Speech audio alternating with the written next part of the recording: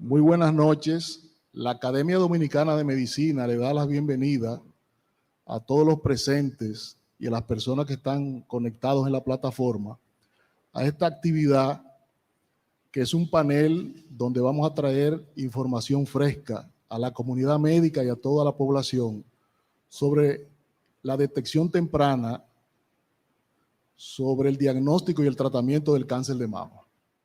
El cáncer de mama es el cáncer más frecuente en República Dominicana y en el mundo y afecta a un importante renglón de la población en edad productiva, o sea, mujeres en edad productiva. Por tanto, el abordar este tema es de importancia para trazar estrategias que pueden prevenir o detectar a tiempo esta enfermedad con un mejor manejo y un mejor pronóstico de los pacientes que han sido diagnosticados y tratados. Vamos a iniciar con el doctor Adrián Puello, epidemiólogo, coordinador del Registro Nacional de Cáncer y jefe de enseñanza e investigación en el INCAR. Doctor Puello, ¿cuál es el perfil epidemiológico del cáncer de mama en República Dominicana?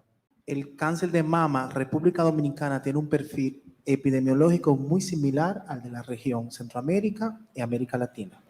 ¿Esto qué quiere decir? Que probablemente estamos compartiendo los mismos factores de riesgo y los mismos problemas de sistemas de salud que permiten identificar este tema. Como usted bien dijo, más de 700.000 mujeres cada año fallecen por cáncer de mama en todo el mundo, y en República Dominicana hemos iniciado la integración de los datos interinstitucionales para poder tener estas estadísticas.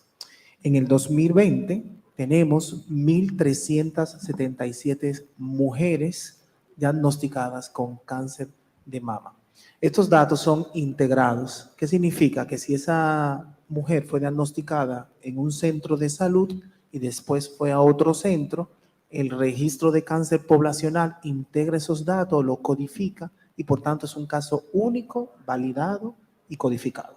A diferencia de datos institucionales que pueden ser discrepantes. Y eso es lo interesante del registro de cáncer poblacional. Así que, primer factor, una alta frecuencia de cáncer de mama en mujeres. Segundo elemento importante, mujeres jóvenes, iniciando en la etapa de los 30, 35 años, y asimismo va elevándose la curva hasta los 60 para el primer diagnóstico de cáncer de mama.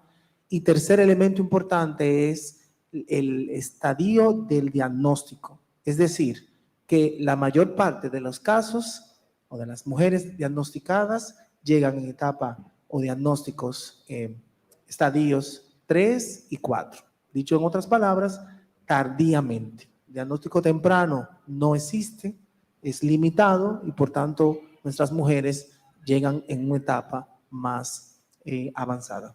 Ese es más o menos el perfil. Ya hay otros datos de distribución regional que podemos también ver cómo se comporta el cáncer de mama en las diferentes zonas de República Dominicana, pero es importante destacar estos tres elementos: alta frecuencia, mujeres jóvenes y diagnóstico tardío.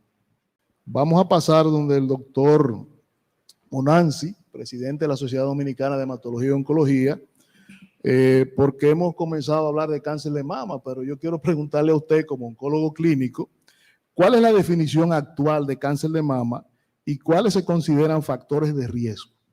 Excelente, muchísimas gracias por la invitación. Para mí es más que un privilegio poder estar acompañando a un grupo de expertos, pues hablando de este tema que nos compete a todo en el mundo, en República Dominicana y en el mundo. Dar una definición de cáncer de mama para que los que están aquí presentes y los que están detrás de su teléfono y pues ahí atento a este conversatorio, es decirle que es un crecimiento anormal descontrolado de células que se desarrolla en un segmento de la mama, conducto galactófero y demás, y que tiene como capacidad de extenderse a otra parte del cuerpo, que más bien se conocería en términos generales como una metástasis más adelante. En lo que tiene que ver con factores de riesgo, existen factores de riesgo que están bien descritos. Se ha venido hablando un poco acerca de lo que son los factores de riesgo más importantes. Dentro de ello está lo que es la edad. La edad juega un papel muy importante aquello que tiene que ver a la edad que viste tu primera menarquia, a la edad que te formaste, a la edad que viste que dejaste de menstruar. Esos son factores de riesgo que duplican o te tachan y te pueden encaminar a que tú puedes ser una candidata o un candidato a un cáncer de mama. Hay un 20% de pacientes que son de forma esporádica. ¿Qué significa? Yo no tengo familia, ni mamá, ni nadie que tiene cáncer de mama, pues usted cae en un 20% de poder desarrollar en un momento dado un cáncer de mama. Otro factor de riesgo que está asociado es la dieta. Muchas personas, pues, una vida sedentaria, no están haciendo ejercicio. Y lo más curioso, tú le dices, tienes que caminar. Y ellos te dicen, yo camino de la sala a la cocina, de la cocina a la sala. Y yo tengo que explicarle a mis pacientes, no, mi señora, son caminatas programadas. De manera tal que estos factores, la alimentación y otros más que le pudiéramos estar mencionando, pero estos son de los más relevantes que están vinculados directamente para que una mujer y un hombre pueda desarrollar algún tipo de cáncer, en este caso, cáncer de mama. ¿Cuál es la importancia de tener un registro nacional de cáncer? O sea, ¿qué utilidad? O sea, ¿cuál es el potencial de nosotros tener esa herramienta ahora mismo en el país? Los registros de cáncer funcionan como estudios de cohorte, donde un grupo de sujetos, personas, son registrados a partir de su primer diagnóstico y son seguidos durante todo el desenlace de su enfermedad, curación, muerte, remisión. ¿Qué importancia da esto a nivel del sistema de salud? Y es que nos permite tener datos fiables del comportamiento de una enfermedad, y sobre todo cuando una enfermedad crónica como es el cáncer. Así pues que un registro de cáncer poblacional o nacional permite integrar los datos, tener datos validados y permitir hacer análisis de incidencia, prevalencia evidentemente, pronóstico y validación de terapias a través de estudios médico-económicos, estudio de costo-beneficio, costo-eficacia y estudios realmente de impacto en la población. Si yo trabajo con registros de un solo centro de salud o de una sola institución, me estoy sesgando y por tanto mis números van a estar muy por debajo de la realidad. O todo lo contrario, lo que pasa en República Dominicana. Tenemos centros que tienen un alto número de casos de algo y pensamos que el problema es más grande de lo que es realmente, y es porque estamos viendo una sola parte o arista del problema. Los registros poblacionales permiten integrar, codificar, validar estos registros y por tanto, como hacen nuestros compañeros europeos o norteamericanos, sí tener data fiable para la toma de decisiones. Sí, yo creo que la iniciativa del Registro Nacional del Cáncer ha sido una iniciativa sumamente importante y marca un paso hacia adelante contra la detección no solamente del cáncer de mama, la detección temprana, sino de otras neoplasias. Vamos ahora donde la doctora Nali Cruz, presidenta de la Sociedad Dominicana de Radiooncología. La gente a veces que se pregunta, ¿qué es la radioterapia, doctora? ¿Y cuáles son las técnicas más frecuentes usadas cuando ustedes tratan un cáncer de mama?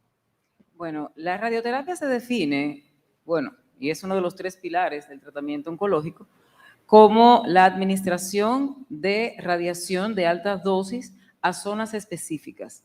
Es un tratamiento en el que se emplean radiaciones ionizantes para tratar tumores en la glándula mamaria y en otras partes del cuerpo, y en las zonas regionales como los ganglios, que tiene varias finalidades. La finalidad radical o curativa en pacientes con tumores tempranos, la finalidad concomitante cuando se combina con otros tratamientos como la quimioterapia, por ejemplo, de manera adyuvante después del tratamiento quirúrgico y obviamente de manera paliativa.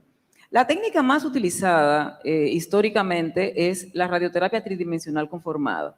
Esta es una técnica que puede demarcar el volumen tumoral y a ese volumen conformacional, como bien dice su nombre, administrar la dosis de radioterapia. La otra técnica de tratamiento que se utiliza es un poco más sofisticada y tiene un impacto en lo que es el perfil de toxicidad, es la radioterapia de intensidad modulada. En esta yo puedo esculpir la dosis de radiación alrededor de órganos de riesgo sin tocar los órganos de riesgo con la menor dosis posible o de la dosis umbral de ese órgano de manera particular.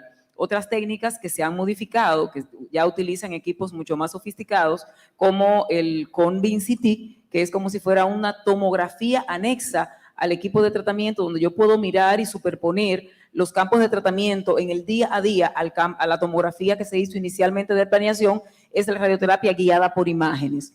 Y lo último que tenemos es la radioterapia o la radiocirugía o la radioterapia estereotáxica extracraneal, donde yo puedo administrar altas dosis de radioterapia a volúmenes muy pequeños con una intensidad de dosis muy elevada en muy poco tiempo, que es lo que se conoce como radiocirugía. Esas son básicamente las técnicas de radioterapia que tenemos en la actualidad, pero las más frecuentemente utilizadas para manejar cáncer de mama son la tridimensional conformada y la radioterapia de intensidad modulada. ¿Usted cree que llegó el momento ya de plantearle al Estado un programa de screening o de cribaje? Sí, muy interesante porque la Organización Panamericana de la Salud hace múltiples esfuerzos en toda la región del Caribe, Centroamérica, de que tengamos ya los planes nacionales de cáncer en un mandato de la OMS, y los ministerios, las instituciones debemos acogernos a interinstitucionalmente asumir, el sector privado también, con la voz cantante también, asumir un plan nacional de cáncer. Ese plan nacional de cáncer es donde se va a estipular, primero, márgenes de coberturas, hasta dónde llegan nuestros programas de screening, qué es lo que vamos a identificar y qué es lo que vamos a vigilar. Mientras continuemos haciendo programas pilotos, ensayos provinciales y momentáneos, estos programas de prevención nunca serán duraderos a largo plazo y por tanto no van a poder permitirnos como salubristas tomar decisiones importantes en el sistema. Para que un programa de screening, de prevención, de diagnóstico temprano funcione, necesitamos data de por lo menos 5 años. Pues ya los clínicos podrán validarme este dato, pero no hago nada con identificar en un momento dado un grupo de casos positivos y si no hay seguimiento en el tiempo, es casi improbable que yo pueda intervenir en acciones concretas. Entonces, es tiempo ya de que nuestro Estado, con todas las instituciones integradas, nos aboquemos al Plan Nacional de Cáncer, al Registro Nacional de Cáncer y a los programas de screening, diagnóstico temprano de las diferentes patologías priorizadas. No podemos atacar todo el cáncer junto, pero sí sabemos lo que necesita República Dominicana. Son 5 patologías que hay que priorizar y con eso debemos iniciar. Muchas gracias, doctora. Aquí hay otra pregunta, pero que fue ya contestada. Si se podría considerar el autoexamen de la mama un método diagnóstico más efectivo que una mamografía y una sonomamografía. O sea, eso ya se contestó, que no. O sea, el doctor Furcal la contestó. Sí, le dijimos Sí. que no, realmente no es un método confiable el autoexamen que se hace la propia paciente, a pesar de que seguimos recomendándolo, que lo hagan por las razones ya expuestas. La doctora Analí Cruz quiere aportar algo. Fíjense, el autoexamen de la mama es un arma de doble filo, porque si bien es cierto que, como decía el doctor Furcal, cuando tú te tocas una lesión en la mama, esa lesión ya tiene más de 2 centímetros, y cuando tiene más de 2 centímetros ya la replicación ha sido muy alta, y en el 30% de los casos ya tiene enfermedad metastásica ganglionar en las regiones axilares. ¿Qué ocurre con esto? Es que lo que debemos tratar de hacer es detección oportuna por métodos de imágenes cuando todavía no es palpable. Y yo he acuñado en este año una expresión, y me van a perdonar porque lo voy a decir aquí: si te tocas y te lo tocaste, ya te tocó. A diferencia del Así tócate es. para que no te toque. Así Si te es. tocas y te tocaste, ya te tocó, desafortunadamente. Entonces, sí, esa la cuña yo es mía, pero se la puedo prestar, doctor. Entonces, es una de las razones por las cuales uno insiste tanto en la evaluación por métodos de imágenes y por el personal cualificado para hacer detección oportuna. Porque también muchas veces las mujeres se tocan en el seno y encuentran una pelotita y donde van donde el ginecólogo. Y el ginecólogo le manda a hacer un estudio de imagen y reporta que es un birra cero. Y este médico dice, eso no es nada porque es cero, ¿verdad? Entonces la señora se va a la casa con vitamina E en la mayoría de los casos. O diclofenac. O con diclofenac y en un año y medio llegan donde ti con una enfermedad que ya no es controlable desde el punto de vista clínico. va a manejo paliativo. Entonces, es importante recalcar que el asunto aquí es hacer detección oportuna por métodos de imágenes y ponerse en manos de un personal cualificado para poder hacer. Totalmente de acuerdo. ¿Cuál es el tipo de cáncer de mama más frecuente y cuál es el de peor pronóstico? Desde el punto de vista molecular, existe una clasificación que todos los oncólogos pues manejamos. Y es importante esa pregunta porque de repente, cuando usted escucha hablar de cáncer de mama, usted piensa que lo mismo que tiene Malta, tiene Ramona, que tiene Carmen y el mismo cáncer. La gente ahí se pierde, porque esas mujeres se van y se sientan en la sala de espera y empiezan a conversar de sus experiencias, pero no saben que lo que tiene Carmen no es lo mismo que tiene Alejandra. Entonces, retomando lo que tiene que ver con lo que es la clasificación molecular, existen 4: luminal A, luminal B, HER2 o basal triple negativo o basal y los HER2. Son estos 4 tipos de cáncer que se conoce desde el punto de vista molecular. En ese mismo orden, los luminares A tienen mejor pronóstico desde el punto de vista de manejo y evolución en el tiempo, tanto el A como el B. Ya la evolución pues cambia el pronóstico, incluso hasta el tratamiento y el manejo y la evolución futura cambia en los pacientes que tienen un comportamiento molecular como triple negativo o basal y los HER2. Cambia en todo el sentido de la palabra. Desde el punto de vista hasta económico cambia, porque el manejo es bastante alto en este tipo de cáncer de mama. Fíjense que son 4 tipos de cáncer, son 4 mujeres, porque de repente la gente piensa, cáncer de mama, pero hay un comportamiento molecular que nosotros como oncólogos tomamos en cuenta. De lo más agresivo, los triple negativos. Y los HER2 también son los más agresivos, pero algo podemos hacer. De repente siempre decimos esta palabra, porque si no solamente nos limitamos a decir que son agresivos, la gente que quizás no está viendo y quizás tiene esta variedad empieza a llorar. No, algo podemos hacer, son un tanto agresivos porque dependen de otra situación de tratamiento que es diferente a que si fuera un luminal que dé mejor pronóstico de entrada. ¿Qué tan efectiva es la radioterapia? Y las condiciones, serían las indicaciones para la radioterapia intraoperatoria. Ok, bueno, buena pregunta la primera.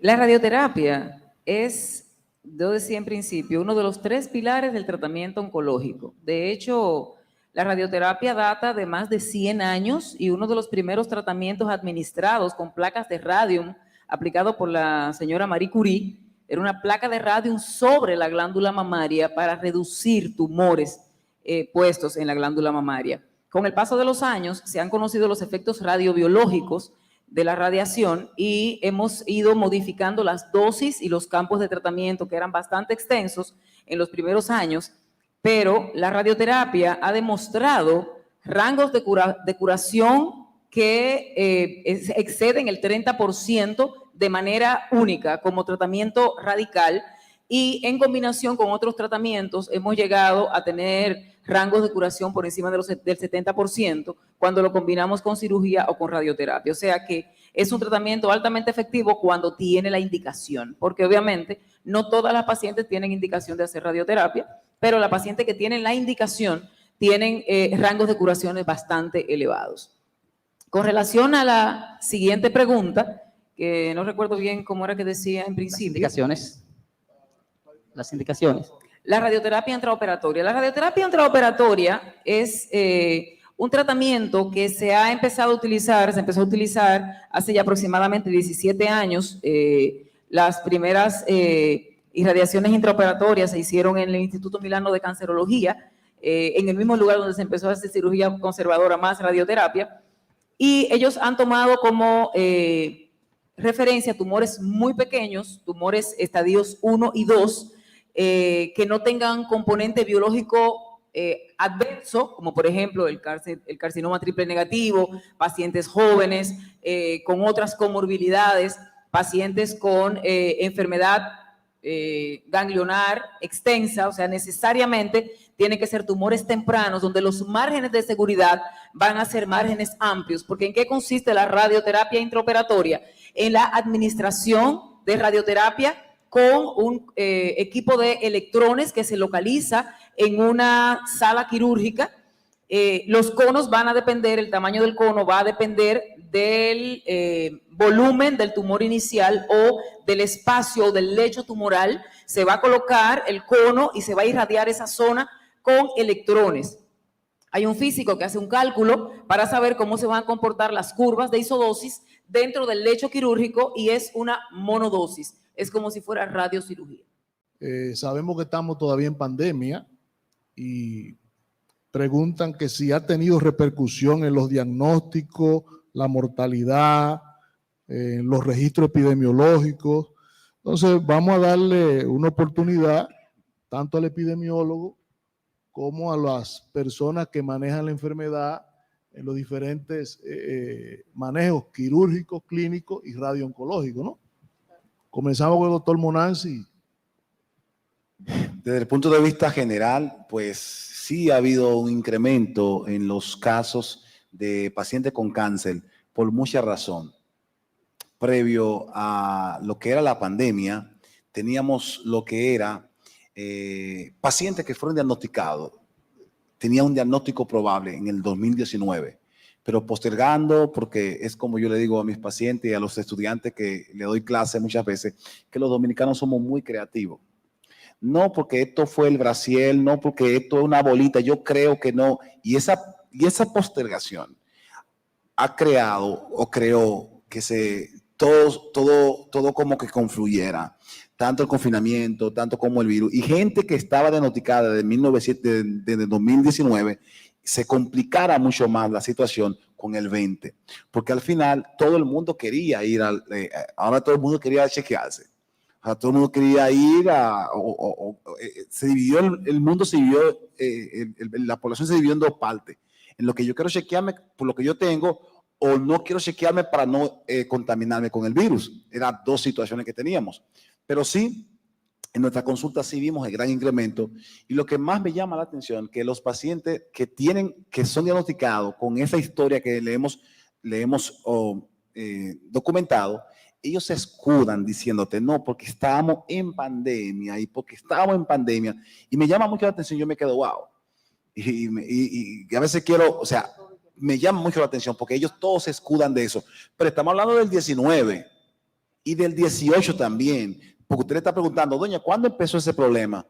Bueno, yo recuerdo que en el cumpleaños, asócieme una fecha, y esa fecha coincide más atrás, o sea, porque estaba postergando.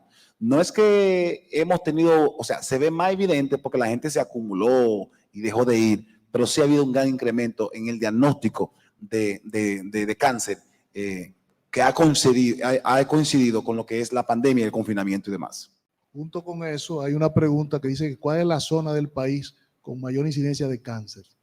Sí, en promedio, por lo menos para la institución que manejamos datos recientes, en el INCAR, desde el 2016, 2017, 2018, se manejaban diagnósticos nuevos de cáncer de mama entre 250 a 350 casos por año.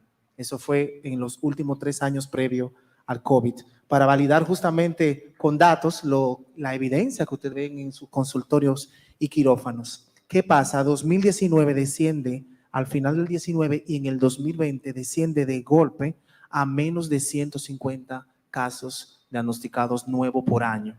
Es decir, que el promedio del 2020 fue de menos de 150.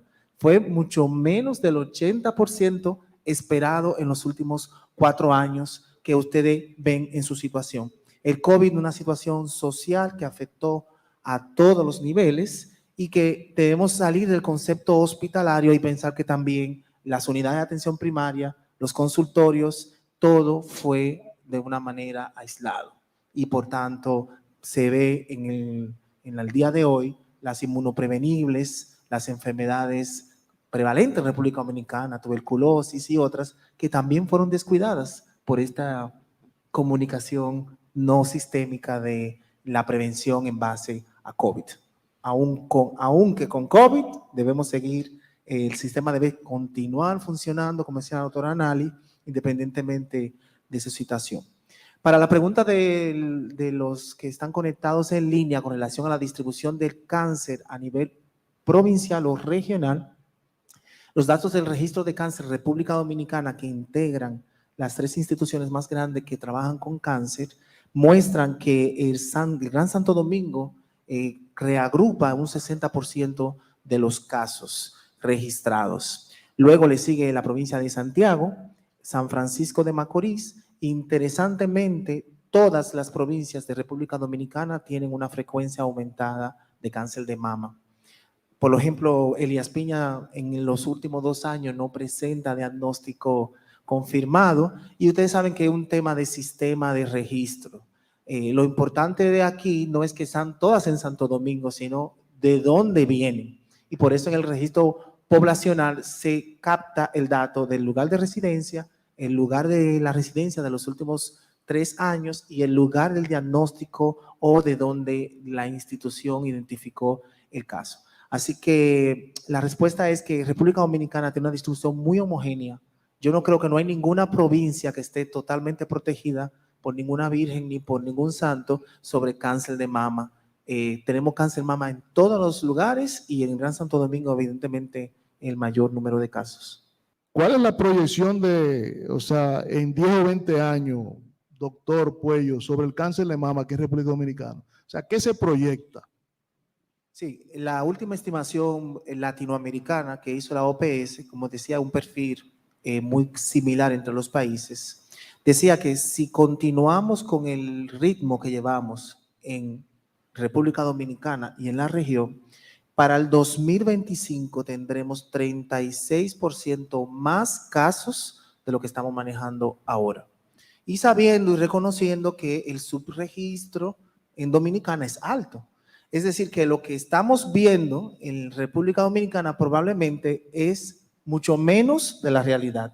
Y si de aquí al 2025 continuamos con la misma tendencia, tendremos un 36% más de casos. Esto es una situación alarmante, porque realmente va a demandar mucho más servicios de salud en todos los niveles y va a demostrar que si no intervenimos antes, en las etapas tempranas, continuaremos entonces sufriendo las muertes y los casos graves de cáncer de mama en República Dominicana. Doctor Monanzi, ¿qué tan efectivo es el tratamiento sistémico en el cáncer de mama? Es decir, quimioterapia, hormonoterapia, otros tipos de tratamientos, porque en la población existe la idea de que esos tratamientos hacen más daño que bien, es decir, que lo que hacen es que matan al paciente en vez de curarlo. O sea, ¿qué opinión tiene? Esa es una pregunta muy buena. Ya hay una cosa que más me apasiona de la especialidad que pues estoy viviendo, y es la oncología, que es una especialidad que es dinámica. Eso es lo que más me encanta de la especialidad, que es dinámica. Cuando hablamos de que es dinámica, es que este tratamiento que yo te pueda mencionar hoy te va a revolucionar otra patología relacionada con otro tipo de tumor que quizás no conocíamos, pero que te puede curar. Hoy por hoy usábamos y conocíamos las bondades de la quimioterapia. Mucha gente pues no le gusta escuchar quimioterapia. Solamente con escuchar quimioterapia pues ellos mismos se resisten. Y hay gente que prefiere pues lastimosamente irse a la caja con su cabello por no recibir quimioterapia. Y es un asunto, como decía el doctor Gómez, de adherencia y de que la comunicación que tú le des directa. Pero no hay tanto tratamiento tan radical que te puedan también tumbar el cabello. Ya hemos revolucionado en las investigaciones y la ciencia. Tenemos medicamentos que te dejan tu cabello completo y te curas. Lo que tenemos son situaciones sociales a nivel de Centroamérica y el Caribe y otros países de acceso que nos permiten a nuestras mujeres en República Dominicana pues ofertarle aquella molécula que no te va a tumbar el cabello, que no te va a causar los daños que popularmente la gente lee y puede ver ahí, pero existen tratamientos que no te dan esos efectos tan aparatosos. Tenemos desde inmunoterapia, que es la terapia que está en boga en este tiempo y que se está utilizando bastante bien y que en nuestro país está también. Tenemos bloqueo hormonal y ya quimioterapia sistémica está reservada muchas veces para aquellas patologías que tienen una condición importante, que simplemente salen más allá de los márgenes esperado por uno como oncólogo, que sale de los bordes y que se escapa mayormente a otra estructura anatómica, pues necesariamente ahí ese paciente no es un candidato para tú aplicarle una terapia que no sea tan fuerte como la gente le tiene miedo. Pero el mensaje de esto es decirle a la gente que no hay que tenerle miedo a la quimioterapia. ¿Cómo, Monansi? ¿No te ha pasado? No hay que tenerle miedo, porque es lo que yo le digo. Lo importante es estar vivo. Y lo importante es que te estamos dando una respuesta y que tú vas a salir. Y que estos cambios son transitorios. Yo siempre inicio diciéndole a los pacientes, cuando les voy a hablar de los efectos secundarios, yo les digo, mire, todos los medicamentos en la vida tienen efectos secundarios, desde el mentor al alcanfor. Y ellos me entienden de una vez. El alcanfor tiene efectos secundarios. Lo que pasa es que usted no lo ha leído, no lo ha visto. Sí tiene efectos secundarios. El mentol, que es una cosa que dice, ¿cómo que el mentol? Sí, léalo, usted verá. El mentor. O sea, yo siempre empiezo por ahí, por esa premisa, porque la gente simplemente ve lo más aparatoso de la quimioterapia, que me tumba el cabello, que me siento mal. Son situaciones de salud que son transitorias. Para eso es lo que decía el doctor Fulcal. Es un equipo multidisciplinario. Tienes vómito, tienes diarrea, hay un equipo que te va a controlar eso, siempre y cuando tú te pongas en consonancia con tu médico, no que tú te vas a inventar, porque de repente estás recibiendo un tratamiento, pero quieres recibir voces agoreras, buscando que allí dijeron, que allí no hay, y ahí está el problema, que usted va a ver que esta mujer, y usted dice, pero mira, fulana se puso fea, pero investigate qué hizo esa fulana. ¿Hizo adherencia a lo que le dijo el doctor Fulcal, a lo que le dijo el doctor Peremantino, a lo que le dijo la doctora Nali? No lo hizo. Está haciendo. Hay algunos que sí lo hacen, pero hay algunos factores, que no está la familia, que le ayuda a tomar la pastilla a tiempo, que no está el dinero, que no tengo para comprar medicamentos, que se me acabó, que no tengo cobertura, situaciones que se dan. Pero sí tenemos nosotros opciones en República Dominicana para tratar el cáncer no tan aparatoso y que la gente, nuestras mujeres, pues vivan mucho más. Creo que esto es una primicia, porque nunca se había invitado un epidemiólogo a un panel de cáncer de mama. Entonces vamos a finalizar con el doctor, o sea, después de su participación, entonces yo voy a dar el cierre de este evento. Bueno, qué presión y muchas gracias. Bueno, importantísimo integrar, como decíamos, en el aspecto multidisciplinario, y yo me baso, en mi trabajo se basa en analizar su trabajo. Así que gracias a ustedes, a esa energía que transmiten en sus consultorios, en esos diagnósticos, podemos tener datos y de ahí sacar evidencias para justamente retroalimentarlo a ustedes y mejorar los sistemas de salud que finalmente son los responsables de todo lo que está pasando. Yo voy a darles algunos tips de cierre porque me parece interesante los datos dominicanos que ya sí tenemos, no tenemos que estar utilizando data internacional. Primero, no nos olvidemos de los hombres, también tienen mama. República Dominicana tiene casos registrados de cáncer de mama en hombres. Yo sé que ustedes lo ven en su consulta. Toda la estrategia está enfocada en mujeres, pero en los últimos años, en promedio, hemos tenido más de 22 casos de cáncer de mama en hombres, que también llegan en etapas muy tardías. También es interesante y cuando hacemos el diagnóstico temprano. El famoso diagnóstico temprano es temprano en la mañana, a las 7 de la mañana, o temprano a las 7 de la mañana, doctora en imágenes, doctora Dames. No, temprano significa que según la distribución de los casos que estamos viendo en República Dominicana, están llegando cada vez más casos en mujeres jóvenes a partir de 30 años. Así que toda la estrategia de prevención debió disminuir de los 40 a los 30. Y en la mentalidad, y en los sistemas, y en las coberturas, y en los diagnósticos, tenemos que ir pensando ya que nuestros primeros casos están empezando con 32 años. Y ustedes me lo validan, ¿no? Así que tempranamente significa desde los 30, iniciar con la observación y cualquier otro mecanismo de prevención en cáncer de mama. La distribución regional, como decía al principio, súper interesante. Ninguna provincia está exenta de cáncer de mama y, como decíamos anteriormente, el diagnóstico temprano tiene que estar asociado a un recurso humano cualificado. Independientemente de la técnica que utilicemos, si está bien interpretada, nos va a orientar a seguir los pasos siguientes, desde el autoexamen para tardíos hasta la sonomamografía temprana. Así que todo el sistema enfocarse en tener más mamografías disponibles en todas las provincias y en todos los centros con personal cualificado para acercarnos más rápido al diagnóstico temprano.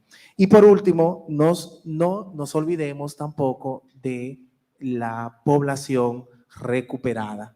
Es decir, tenemos sobrevivientes de cáncer de mama en República Dominicana con buenos tratamientos que recibieron de parte de ustedes y que necesitan una reintegración social, prevención terciaria se llama esto. Es decir, necesitamos que esas mujeres se reintegren a la sociedad, que sean reconocidas, que a nivel laboral tengan oportunidades y que en los mismos centros de salud quieren colaborar, quieren estar cerca, quieren apoyar en las comunidades a identificar tempranamente este cáncer. Así que esos 4 aspectos son importantes para el cierre epidemiológico. Bueno, pues muchas gracias.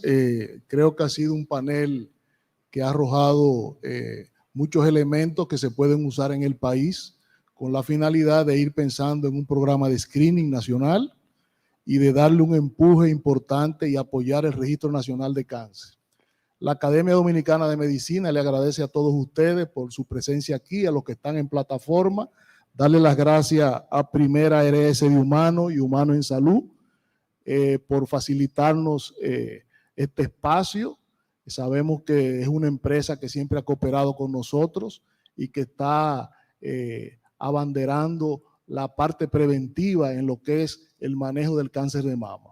Así que muchas gracias y buenas noches.